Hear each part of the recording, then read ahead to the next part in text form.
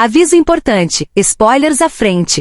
Neste vídeo, vamos mergulhar fundo na obra de Maurício de Souza, explorando todos os detalhes e nuances que tornam suas histórias tão cativantes. Esteja avisado, pois haverá spoilers. Se você ainda não leu a obra, aconselhamos que a leia antes de assistir ao nosso vídeo. Assim você poderá acompanhar nossas discussões e análises com um entendimento completo. Depois de assistir, não se esqueça de deixar seus comentários e argumentar com a gente. Adoramos ouvir as suas opiniões e discutir diferentes pontos de vista. Análise da chuva de meteoros, resenha crítica. Turma da Mônica Jovem, terceira edição, volume 33, roteiro e arte. Maurício de Souza. Nesta edição da Turma da Mônica Jovem, somos levados a um enredo repleto de mistério, magia e relacionamentos em evolução. O foco está em Magali e Milena, que se encontram em uma aventura sobrenatural, envolvendo criaturas não identificadas e um salvador mascarado, enquanto o resto da turma aproveita um encontro casual no bistrô da Nena. Esta história nos oferece uma intrigante combinação de ação e suspense, além de sugerir desenvolvimentos futuros significativos nos relacionamentos dos personagens. Ao analisar essa edição, destacaremos os principais acontecimentos e os elementos que mais chamaram a atenção, levantando suposições sobre os desdobramentos futuros e a evolução dos personagens. Gente, o que foi isso? A turma se organiza para fazer um piquenique no Morro da Coruja e assistir uma chuva de meteoros. Enquanto isso, Magali e Milena decidem dar um tempo dos casais de amigos e aproveitar um passeio juntas. Novo arco, o volume 33 é a primeira parte de 4 volumes na história. Aqui se inicia a jornada da turma no bairro do Limoeiro. A minha primeira impressão ao ler essa edição foi perceber que os amigos estavam passando por mudanças. Nunca notei que encontros entre amigos e namorados podem ter aquele constrangimento da vida real de velas. Maurício sempre nos apresentou a galera junta, nem ligando se estavam juntos de casais ou não. E foi interessante a maneira como ele quis incluir essa parte na vida da nossa turminha, porque claro, que eles têm o sentimento de não quererem ser velas em encontros de casais. E ali no cenário estavam Mônica e Cebola, Franja e Marina com as solteiras Milena e Magali, que recentemente terminou seu relacionamento com o Kim. Maga sentiu a necessidade de terminar seu relacionamento pois não se sentia mais segura dos sentimentos do Kim por ela, já que ele nas edições anteriores ficou dividido por sua amiga Maia. E se for mais longe, podemos até ter uma parte secreta de casos em família, pois não é a primeira vez que esse casal se separa. A primeira vez foi por causa da Denise, que tinha fotografado uma foto comprometedora de Magali e Cascão, fazendo assim, os dois perderem seus respectivos casais. Na época, Magali até pensou que o senhor Quinzão, o pai de Kim, não gostava dela. Nesta edição antiga, não vou mentir, fiquei tão triste porque os dois voltaram com seus respectivos casais. Claro, tenho carinho pela Cascuda e o Kim, mas o casal Cascão e Magali mexe bastante com meu coração. E lá no fundo, até mesmo Maurício já pensou sobre isso em algum momento em sua vida, pois senão, não teria um fim sem final do volume 67. O grande cartunista Souza sabe muito bem como mexer com os nossos corações. Magali e Cascão são muitos amigos, e é uma amizade linda de se ver. Por isso gera muita polêmica. Não é à toa que a Cascuda fica insegura sobre essa amizade, pois até a turma confunde o relacionamento deles, gerando mais e mais polêmica para os fãs do sonho de transformar o Cascão e Magali em um casal. Sinceridade, confiança é uma coisa bacana de se ter, mas não posso dizer que ficaria tranquila em ter um namorado que tenha uma amiga tão próxima assim. A Cascuda tem um pouco de razão em ficar apreensiva, contudo, parece que o Cascão gosta muito dela. Desde pivete ele já era muito apaixonado.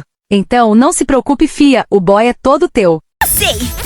Mas voltando para a nossa edição atual, Magali, a nossa menina que ama culinária saudável, está agora experimentando essa nova realidade, a vida de solteira. Mas mesmo assim, ainda sai com seus amigos casais, até marcaram um piquenique no Morro da Coruja com a turma toda para assistir a chuva de meteoros.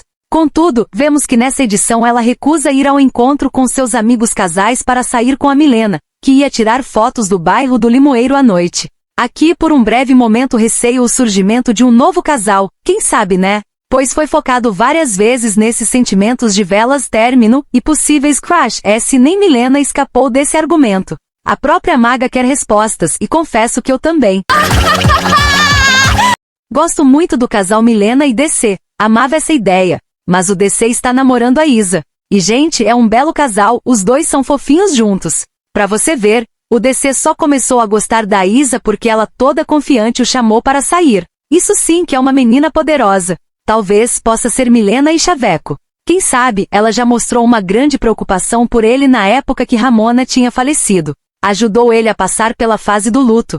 Será que o Chaveco ficaria bem com a nossa menina lógica?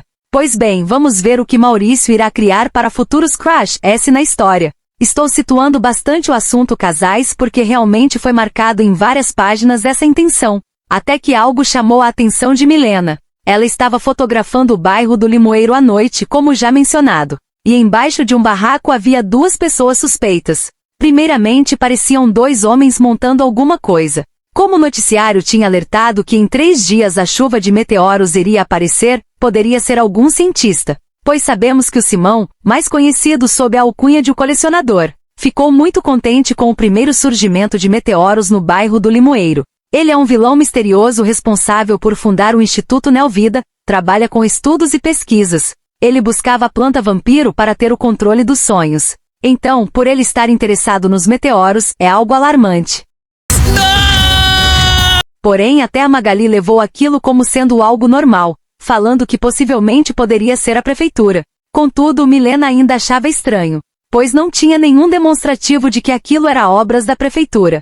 E não era de se estranhar, as opções daquilo ser algo normal caiu por terra quando o anormal apareceu. Magali tira uma foto para ver melhor o que estava acontecendo, assustando tanto sua amiga Milena como os dois suspeitos, que começaram a correr atrás delas. Ops! Falei correr? Não era um alívio saber que eles estavam embaixo de um barranco e não poderiam alcançá-las, pois eles podiam voar. Voavam tão alto em direção ao seu objetivo, Milena e Magali.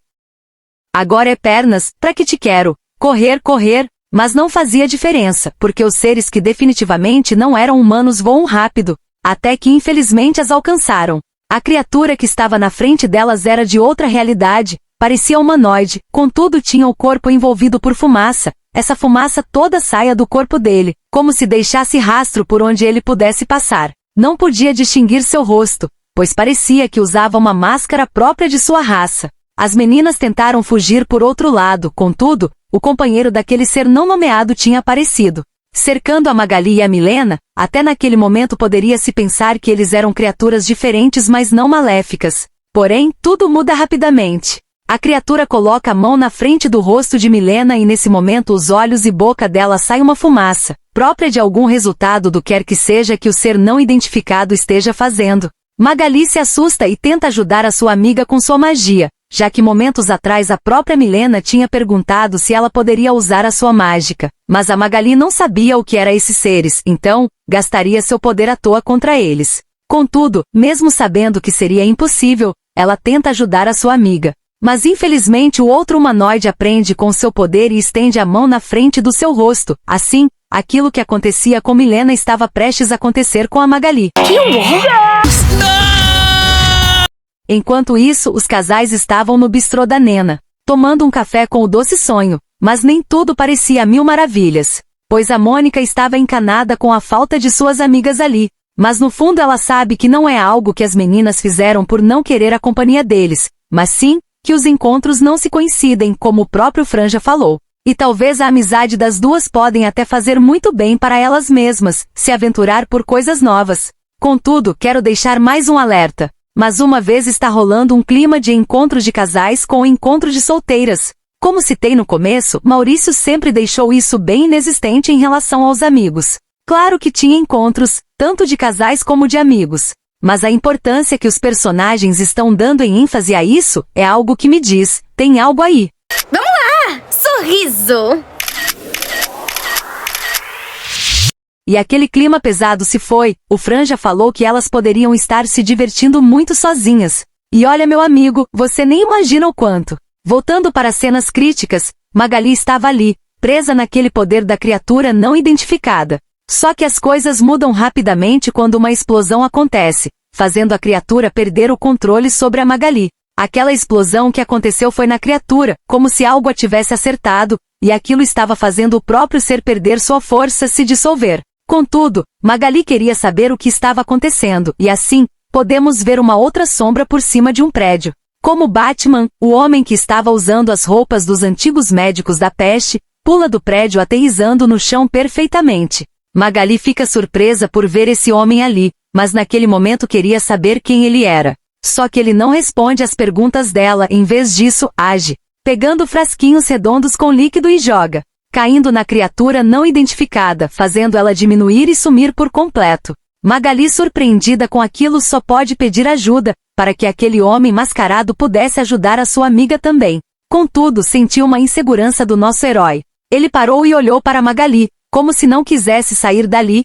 talvez para protegê-la ainda. Mas a maga estava muito aflita com aquela situação, e até implorou para que ele ajudasse a Milena também. Com esse pedido, ele foi ao encontro de Milena e fez a mesma coisa que tinha feito com a criatura anterior, libertando-a das garras do ser não identificado. Magali correu para ver se sua amiga precisava de ajuda, depois de notar que Milena estava bem na medida do possível. Algo ali me chamou a atenção. Foi que a Milena disse que quando foi capturada por aquelas sombras só lembrava que elas estavam bagunçando sua mente. Ali o alerta acendeu dentro da minha cabeça, pois se fosse para matá-las ou secretá-las, as criaturas iriam fazer isso. Contudo, eles estavam dentro da sua mente e em suas memórias. Talvez, vendo e aprendendo com a vida humana como um bom filme de OVNIs, ou estavam tentando apagar suas memórias, para que elas pudessem esquecer do encontro deles. Suposições. Mas voltando, Milena ficou curiosa, como elas tinham escapado de tudo aquilo, e assim perguntou para Magali se ela havia usado sua magia. Porém, Maga sabia que os créditos daquilo tudo não eram dela, então, resolveu mostrar para Milena o mascarado. Mas infelizmente o homem não estava mais lá, tinha saído de fininho igual o Batman, silencioso e fatal. Muitos risos. Mudando de cena, estamos novamente no bistrô da Nena. Ali vemos a tia Nena falando com o seu atendente, aparentemente é novo, pois a própria ilustração esconde sua identidade. Aqui o meu alerta, até parece bem óbvio na verdade. Um cara mascarado aparece quando um atendente sem uma identidade também surge na ilustração? Quais chances são possíveis de não ser a mesma pessoa? Mas algo também prende a minha atenção. O mascarado tinha acabado de sair da cena das sombras e surge magicamente no bistrô? O cara é um ninja, ou ele pertence à ordem dos cozinheiros? Só sei que ele está bem interessado em proteger a Magali, como vimos anteriormente. Voltando, Mônica e seus amigos estão saindo do bistrô e se despedem da tia Nena. Preocupada com o atendimento, tia Nena pergunta para eles se foram bem recebidos. E sem demora, Mônica afirma que sim. Contudo, a senhora nota que sua sobrinha não está ali junto com eles e pergunta sobre a Magali. Rapidamente vê o seu erro, pois era encontro de casais e ela ainda não estava acostumada com a vida de solteira da sobrinha. E aqui, deixo mais um alerta. Essa edição focou muito no status de relacionamento amoroso de Magali, então, suponho que Maurício de Souza esteja planejando talvez alguma surpresa para a gente nas próximas edições. Enquanto eles se despedem e a tia Nena começa a fechar o bistrô, as meninas aparecem apavoradas. A senhora até se confundiu, pensando que a Magali e Milena tinham perdido a viagem, pois seus amigos já tinham ido embora. Mas a maga já arruma a história falando que elas foram atacadas, assustando a tia Nena porque ela pensou que foram assaltadas. Ali elas puderam explicar que não foram atacadas por pessoas e sim por criaturas mágicas, que necessariamente não eram seres vivos. Como tudo parecia ser muito sério, tia Nena sente a necessidade de pedir para elas entrarem no bistrô para conversarem melhor. Naquele local puderam discutir um pouco sobre os acontecimentos recentes.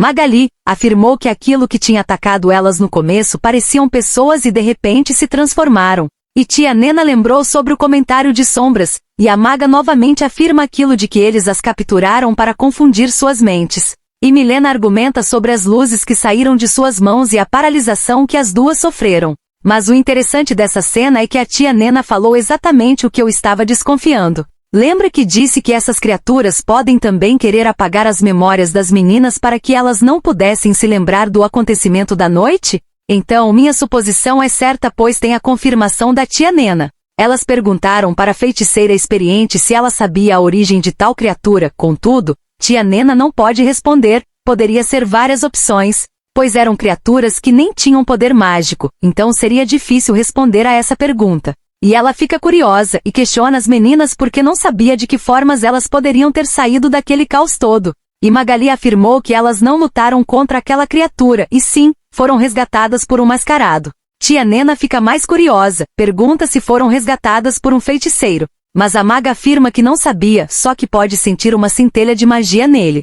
E que ele usava um sobretudo preto e uma máscara semelhante à de um pássaro. Milena pesquisou para mostrar ao grupo a imagem dos médicos da peste, reafirmando que se parecia com aquilo. A maga continuou relatando o episódio que havia acontecido, que o mascarado tinha jogado um frasco de vidro, com algum conteúdo dentro que fazia as criaturas não identificadas sumirem. E nesse momento parece que a tia Nena se lembra de algo muito importante e diz: alquimia. Sério, pirei. Como se várias suposições estivessem surgindo em minha mente. Pensei que ele poderia fazer parte da ordem dos cozinheiros também, mas pelo contrário, pode ter outra ordem se espreitando nas próximas edições. Mas não foi somente eu que pirei na maionese, podemos perceber que as meninas tinham muitas perguntas também, perguntando se realmente podia existir pessoas que trabalham com transmutação de metais. E a tia Nena não perde a oportunidade de afirmar que sim, contudo, não podia realmente falar de real ou não real no mundo mágico, mas de fato eles existem. E fazem várias mágicas e como exemplo lembrou da tão conhecida Pedra Filosofal. E Milena faz uma pergunta da qual também estou bem curiosa. Por que ele ajudou elas? Lembra que ele ajudou primeiramente a Magali e depois ela pediu ajuda para que ele salvasse a Milena, no momento em que ele ficou receoso por algum motivo. A Magali teve que implorar para ele ajudar a Milena. Então, não sei qual foi o motivo, mas uma coisa ficou bem ciente aqui. Ele estava ali pela Magali. Outra prova, é esse atendente misterioso do bistrô. A loja pertence à tia Nena. Outra suposição é que ele está atrás das feiticeiras da Ordem dos Cozinheiros. Bom, muitas suposições passam pela minha cabeça. Que coisa! Voltando, Magali insinua que ele ajudou-as por ser uma pessoa boa e não perigosa. Só que por experiência de vida, tia Nena já cortou essa ilusão, falando que não poderia ter certeza desse fato, e que iria pesquisar mais sobre os alquimistas, pois ela não sabia o motivo do mascarado estar ali no bairro do Limoeiro, e pediu para que elas tomassem muito cuidado, pois a criatura das sombras poderia ir atrás delas novamente. E ela frisou que não poderia sempre contar com a ajuda de um desconhecido, claro, que nesse momento a tia Nena estava se referindo ao mascarado. Mas o que mais marcou nessa cena foi que mostrou uma bota escura em cima de um prédio, e esse local estava bem na frente do bistrô da Nena. Como se tivesse alguém tomando conta, de olho naquele local ou de olho em alguém. Tia Nena tinha falado que não podia contar sempre com a ajuda de um desconhecido no final da outra página e para finalizar o mistério a última cena dessa edição mostra que, realmente é o alquimista que está vigiando o bistrô ou alguém. E com a legenda, quem quer que seja ele. Terei na maionese agora. Não sei se esse alquimista é bom ou mau, mas como toda a edição frisou bastante a vida amorosa de Magali, me deixa com uma grande pulga atrás da orelha. E você, caro leitor, o que achou desse final? Antes de dizer adeus, tenho que relatar sobre um suposto casal fofo que foi descrito na mesma edição só que em história diferente.